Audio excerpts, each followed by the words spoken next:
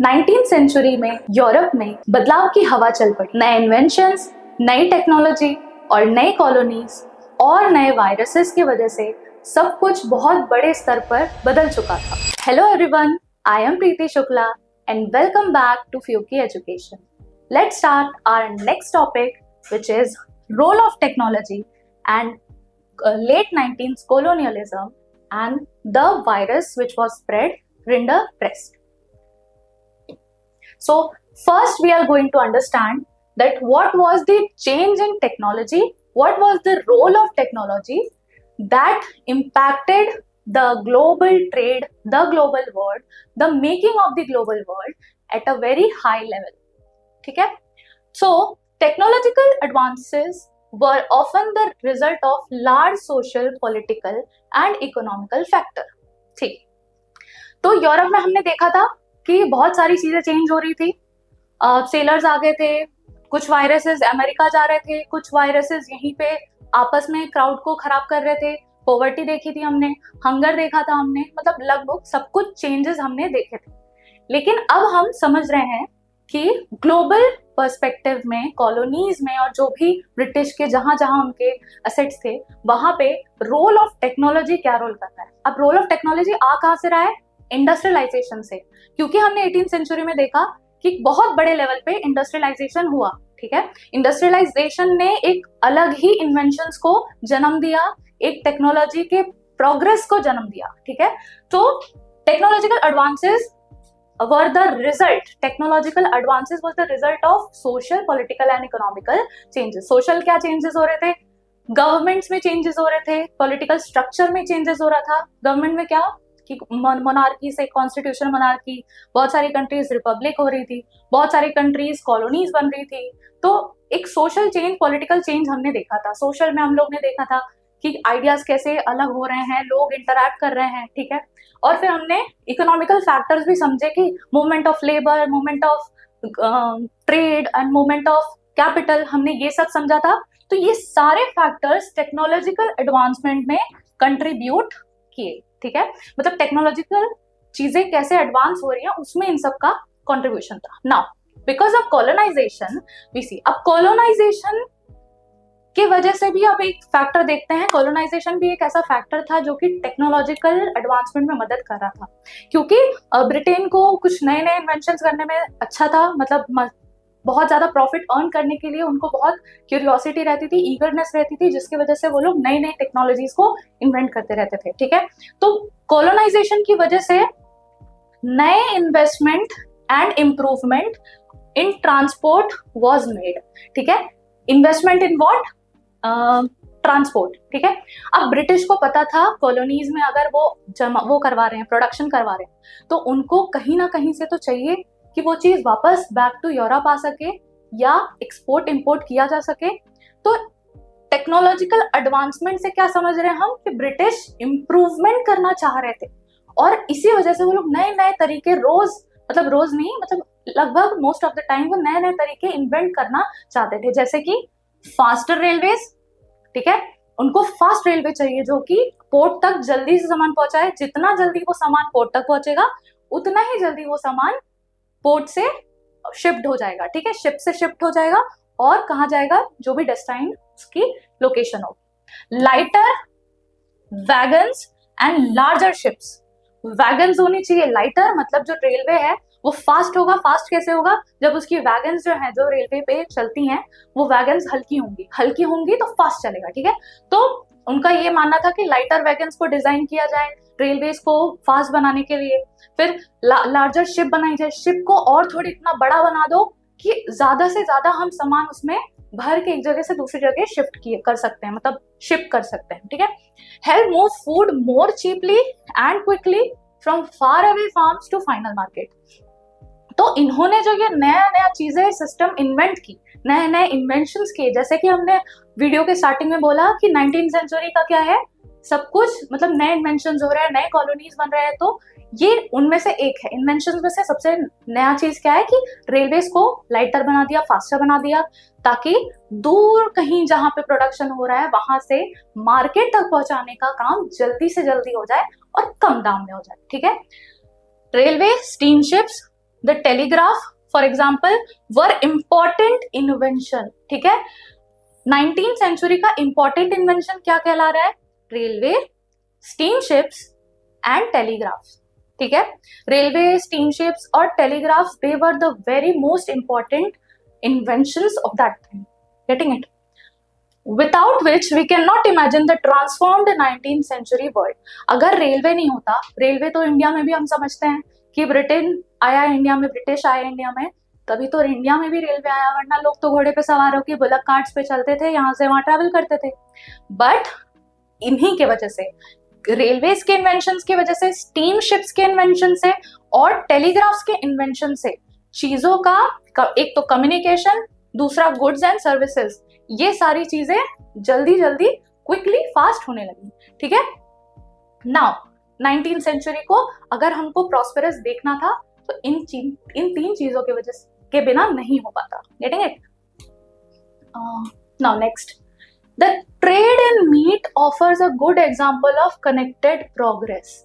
अब देखो, role of technology में ना एक बहुत बड़ा अचीवमेंट देखा गया जब ट्रेड इन मीट का जो इंपोर्ट एक्सपोर्ट है वो प्रॉस्पेरिटी में आ गया। कैसे? क्या होता था पहले, जो अभी मतलब हम पढ़ेंगे अभी, लेकिन एक समझ लो कि पहले क्या होता था, कैटल्स को एक जगह से दूसरी जगह शिप किया जाता था, ठीक है।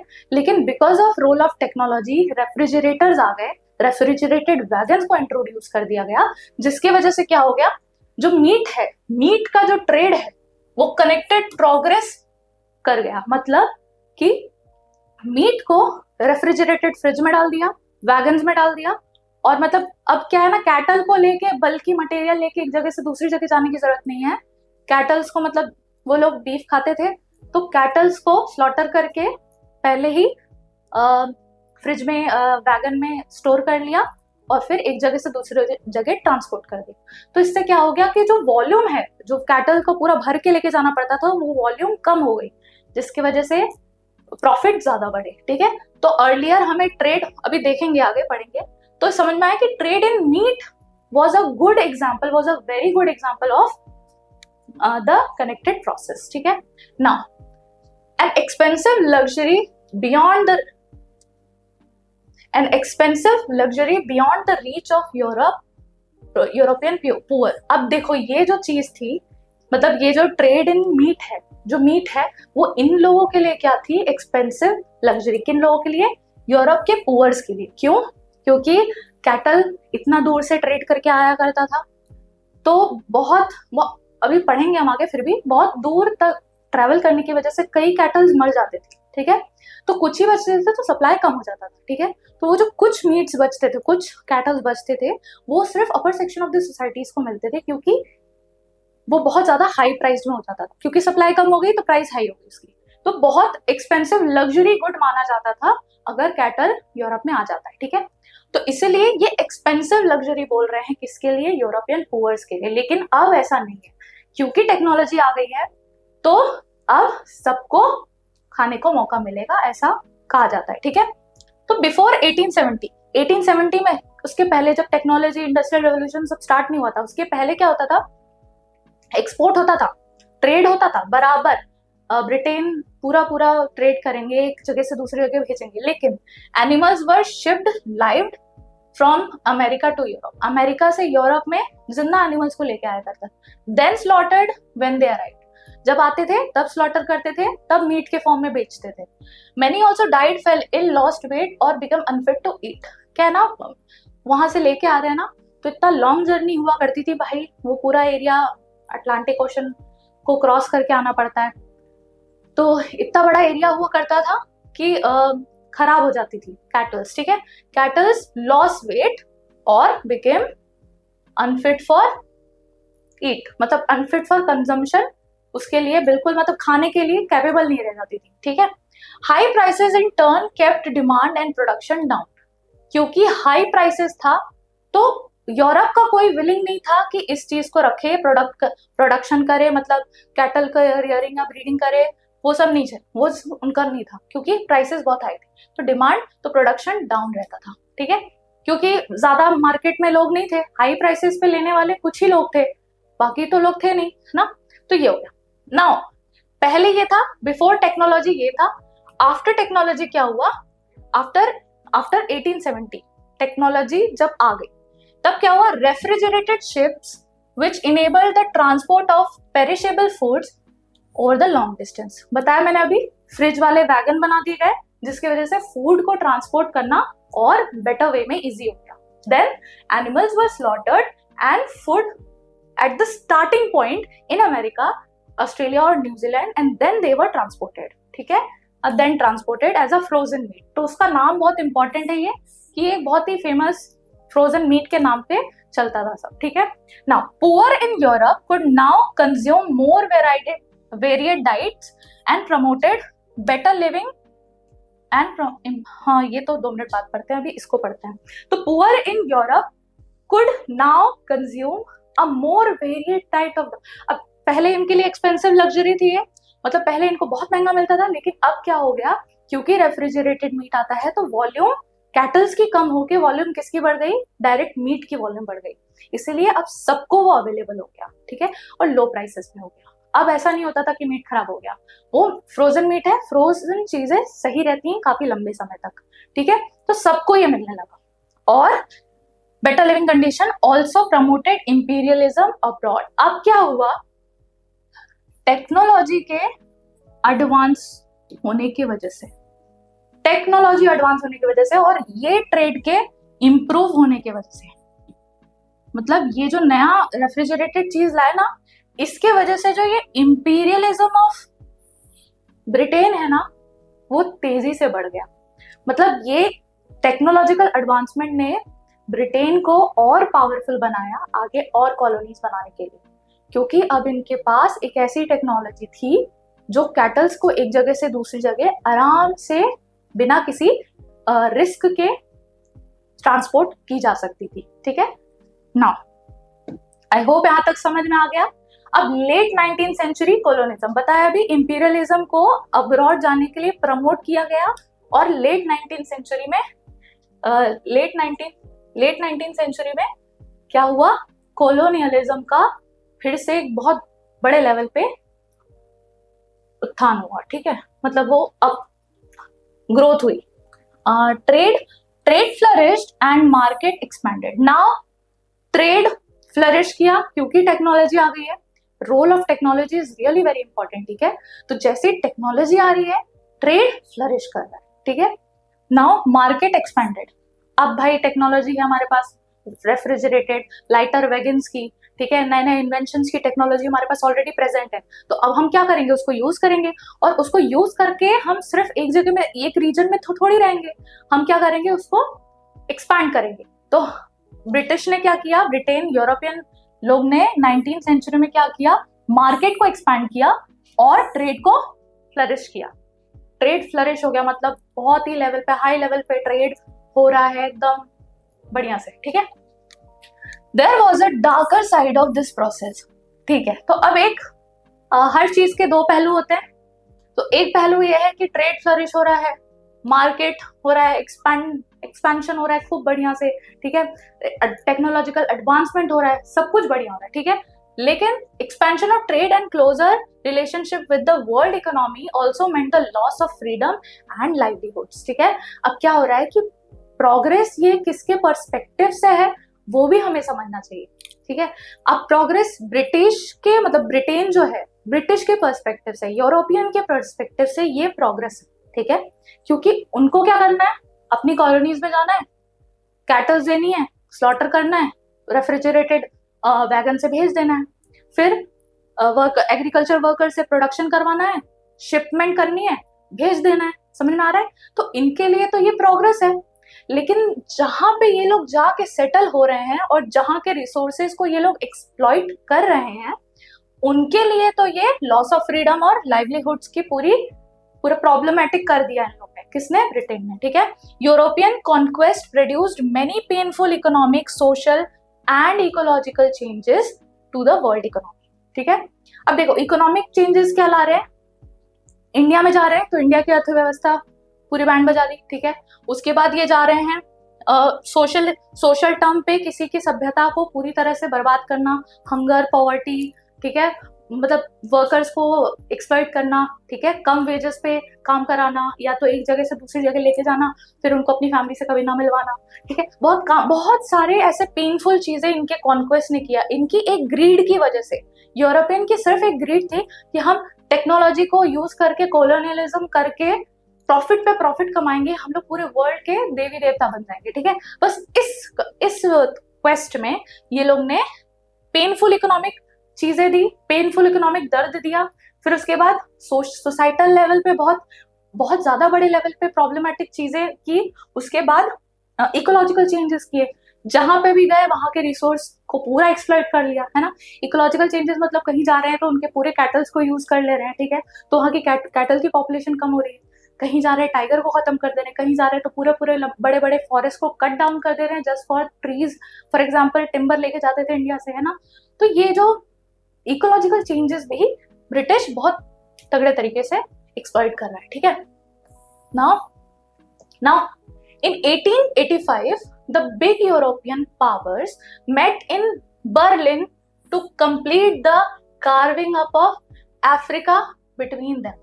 अब क्या हुआ, European power, big European power मतलब स्पेनिश, पोर्टुगीज, ब्रिटेन, ठीक है, जर्मनी, इटली, सब लोग जो भी बड़े बड़े पावर्स हैं, वो लोग आपस में बैठते हैं और बोलते हैं कि भाई देखो, अफ्रीका इतना बड़ा कॉन्टिनेंट है, ठीक है, तो हम लोग क्या करते हैं, बंटवारा कर लेते हैं, ठीक। तो उन लोग ने कार्व आउट किया, क्या किया, carving up of Africa between them, आपस में बांट लिया, बोला भाई इसमें बहुत ज्यादा रिसोर्सेज है, तो हमें इन सबको आपस में बांट के यूज करना चाहिए, ठीक है। तो 1885 में ये लोग ये काम कर रहे हैं, ठीक। Britain and France made vast addition to their overseas territories. Africa को बांट लिया, लेकिन इनके पास यहाँ कहाँ बुझ रही है, अब क्या करेंगे ये लोग ओवरसीज टेरिटरीज को भी देखेंगे, जैसे कि अफ्रीका तो ठीक है ओवरसीज में, और कितनी कंट्रीज को वो लोग अपने अंडर ले सकते हैं, अमेरिका के कितने एरियाज को ले लिया, कौन कौन से रीजन्स को वो अपने अंदर यूज कर सकते हैं, उनको वो सारे रीजन्स को लोग ने अपने कंट्रोल में ले लिया, ठीक है। तो ये vast additions were made by France and Britain. अपन ने देखा होगा कि फ्रांस का और ब्रिटेन का बहुत ज्यादा इन्फ्लुएंस है as compared to other European powers, क्योंकि ब्रिटेन और फ्रांस का क्वेस्ट बहुत ज्यादा था कॉन्क्वेस्ट करने का, ठीक है, उनको बहुत ज्यादा चाह थी कि हमें इससे पूरे रीजन को कंट्रोल करना है, ठीक है। Belgium and Germany became new colonial powers. Belgium और जर्मनी जो कि अभी तक पिक्चर में नहीं थे, अब वो आ गए कि भाई हमको भूल गए थे क्या, ठीक है। तो बेल्जियम और जर्मनी बोला कि अब हमारी बारी, ठीक है, तो वो लोग न्यू कॉलोनियल पावर बन के इमर्ज हुए। हम देख रहे हैं लेट 19th सेंचुरी में क्या हो रहा है, ठीक है। US also became colonial power but taking some colonies held by Spain, ठीक है।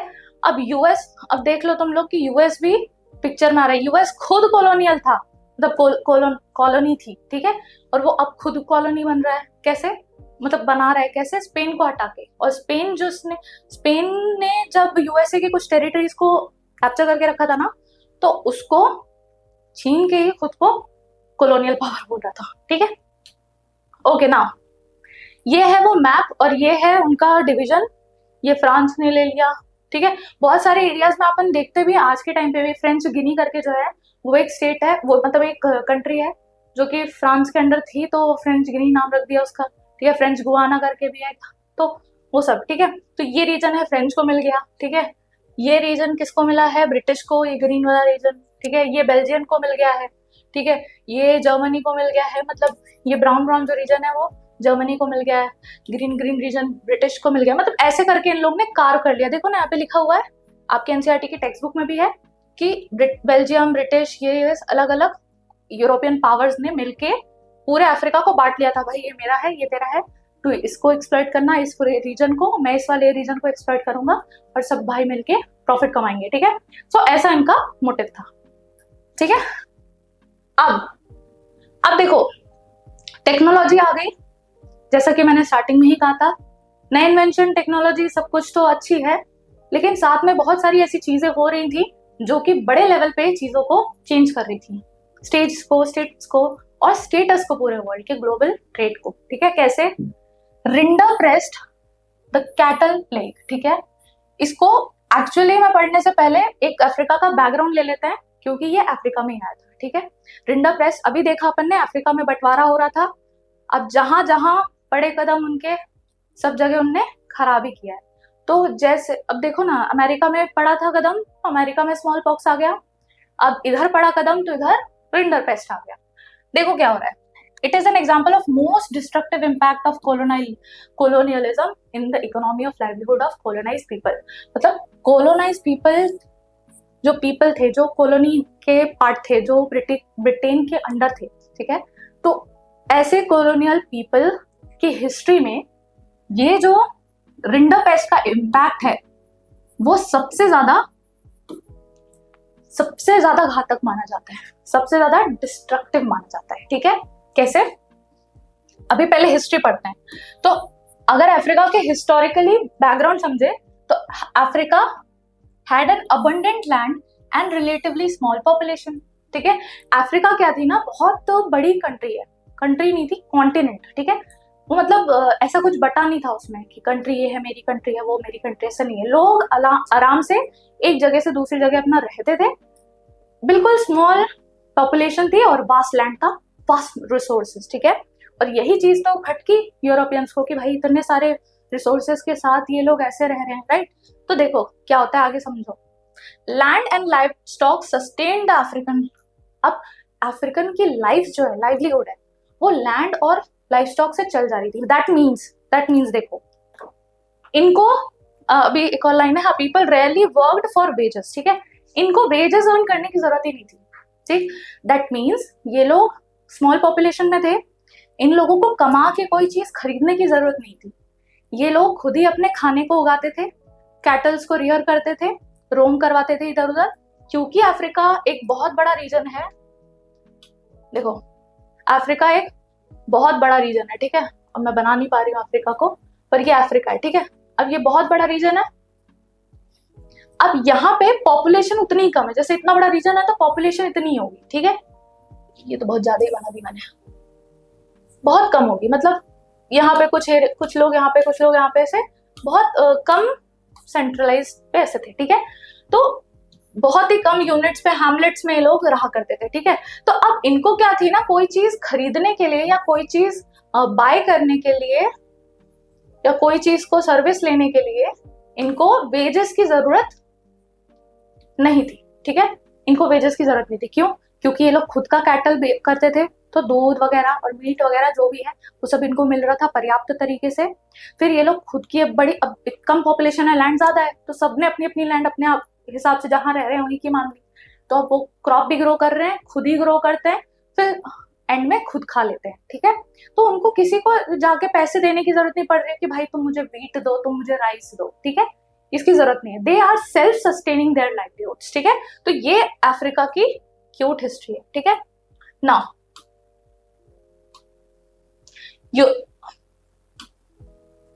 ठीक है। सो अब अफ्रीका इतना अच्छे से रह रहा था, तो गड़बड़ हुई कहाँ? What went wrong? Europeans were attracted. जहां यूरोपियंस पड़े गड़बड़ वहीं हुई है, ठीक है। तो यूरोपियंस हिस्ट्री में, ठीक है, हिस्ट्री में जहां जहां यूरोपियंस आए हैं वहां क्वेस्ट के थर्स्ट में क्या किया इन लोग ने? गड़बड़ की है, ठीक है। तो attracted towards the Africa due to its vast mineral resources. उनके अफ्रीका में आज भी बोलते हैं अपन, एक ऐसा कॉन्टिनेंट बोलते हैं जो कि अभी तक पूरी तरह से डिस्कवर नहीं किया गया है। मतलब उसके रिसोर्स इतने ज्यादा हैं, उसकी पोटेंशियल इतना ज्यादा है कि अभी तक पूरी तरह से तो हमने पूरा क्वेस्ट, पूरा इन्वेस्टिगेट किया ही नहीं है कि कितना ज्यादा अफ्रीका में क्या है रिसोर्सेज और मिनरल्स, ठीक है।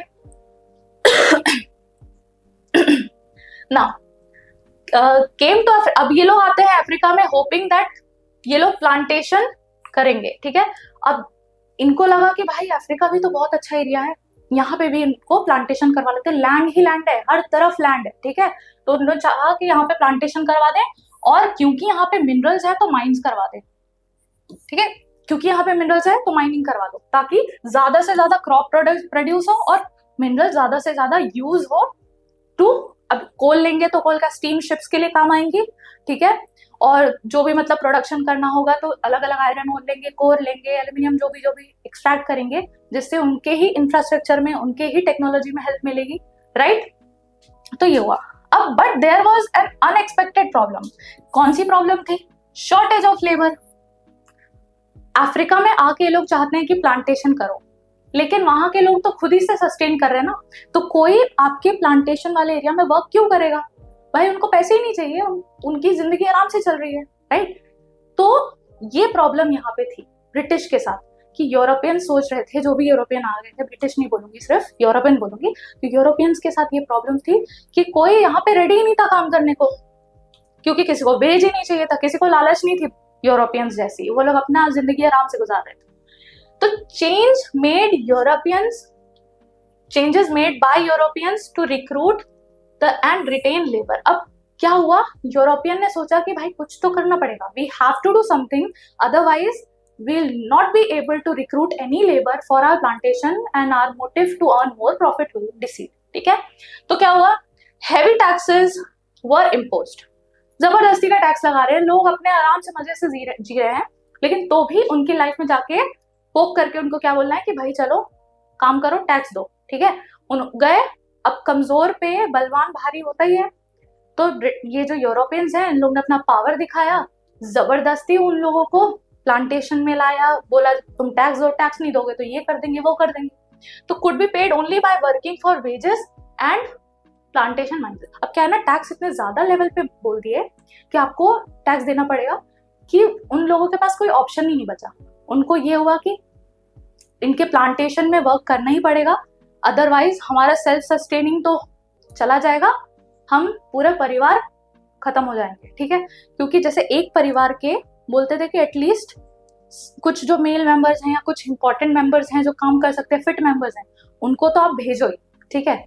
ऐसा था इनका, यूरोपियंस का। Getting it? तो क्या हुआ? Inheritance laws were changed and only one member of the family was allowed for to inherit। मतलब समझ रहे हो कि एक फैमिली में से इन लोग ने, यूरोपियंस ने डेलिबरेटली लॉ को चेंज कर दिया, खुद ही ने एक लॉ लाया और खुद ही ने बोला कि तुम लोग में से जो भी फैमिली में से एक जो इंसान है, सिर्फ वो ही पूरी जमीन जो उनकी है, जो हमेशा से जिस पे वो लोग क्रॉप करते थे, एग्रीकल्चर करते थे, जो भी कैटल्स वगैरह जो भी इनके एसेट्स हैं, कोई एक इंसान इनहेरिट कर सकता है, बाकी सब लोग नहीं कर सकते।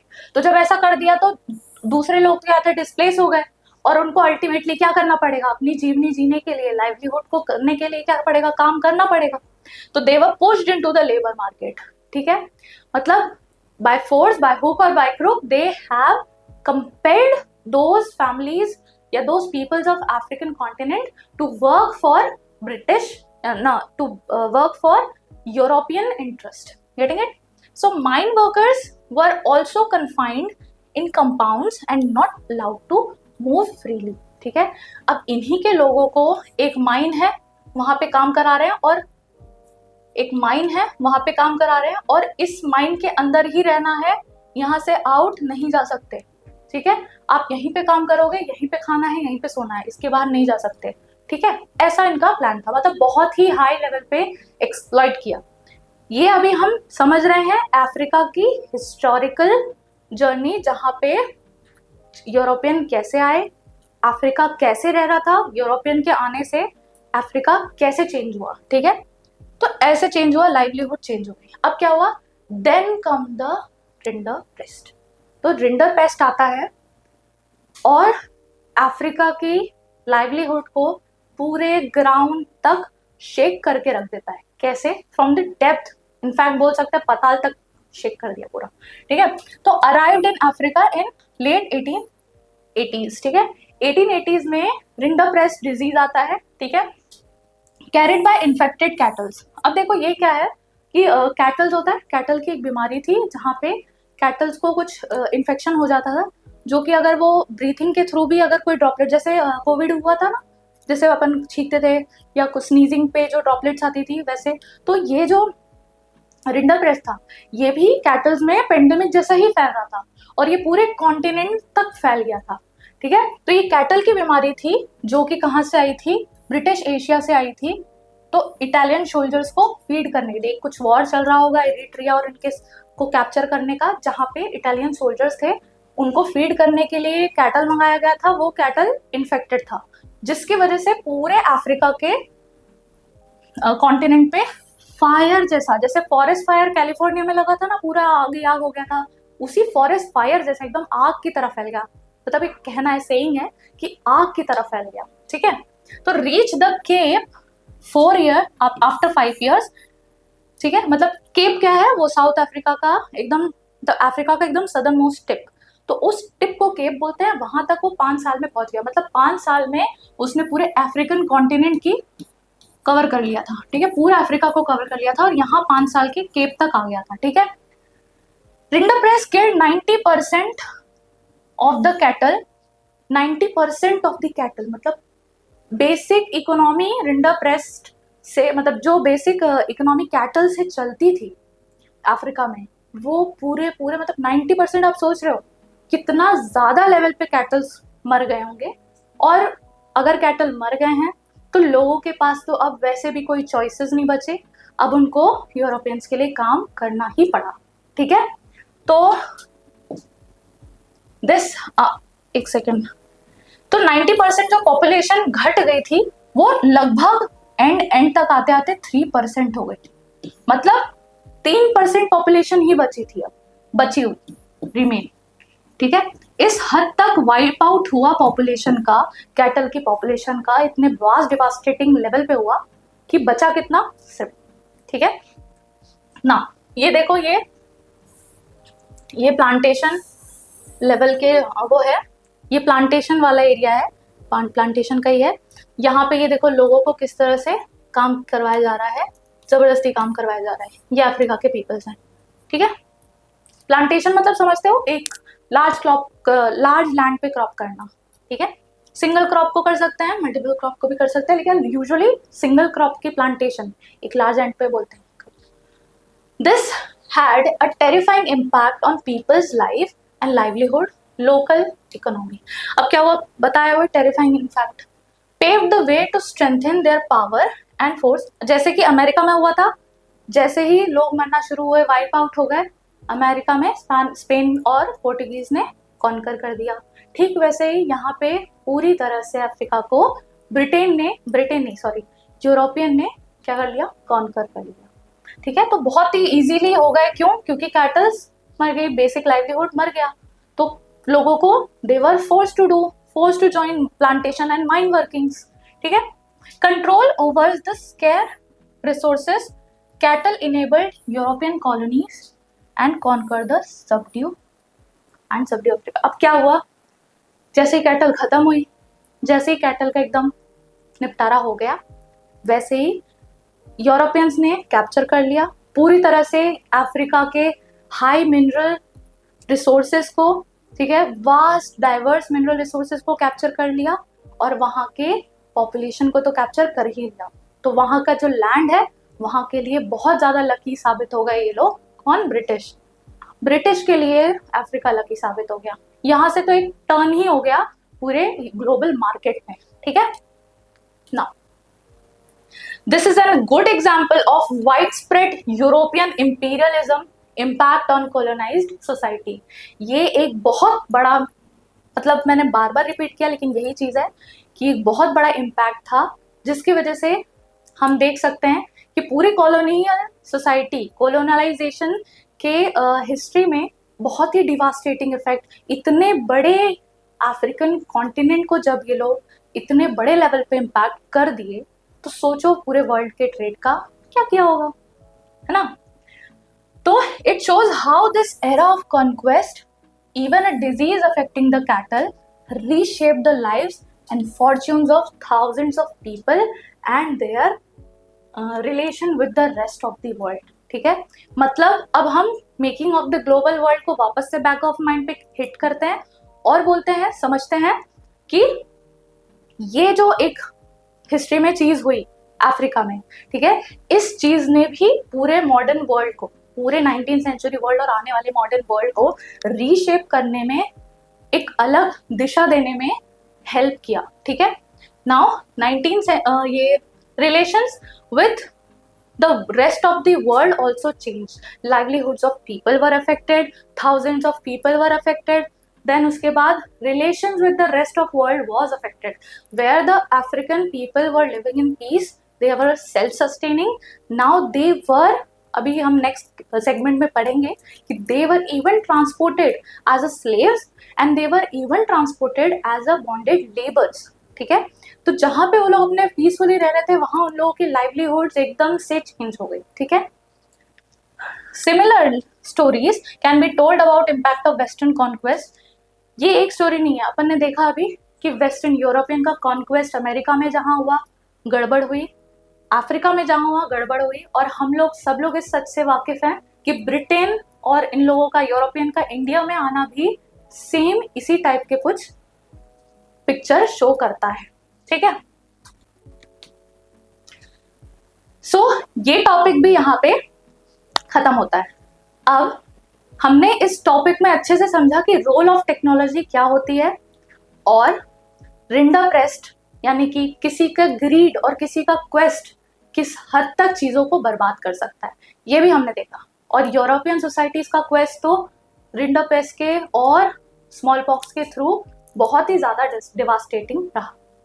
तो 19th सेंचुरी में इतने बड़े बदलाव हुए जिनका असर आज तक दुनिया ने देखा और जिनके वजह से पूरी दुनिया बदल गई. ठीक है, तो इसी के साथ धन्यवाद, थैंक यू. एंड इस लेक्चर को अगर आपको पसंद आया हो तो ये लेक्चर सब्सक्राइब करें, इस चैनल को लाइक करें और शेयर करें. And thank you.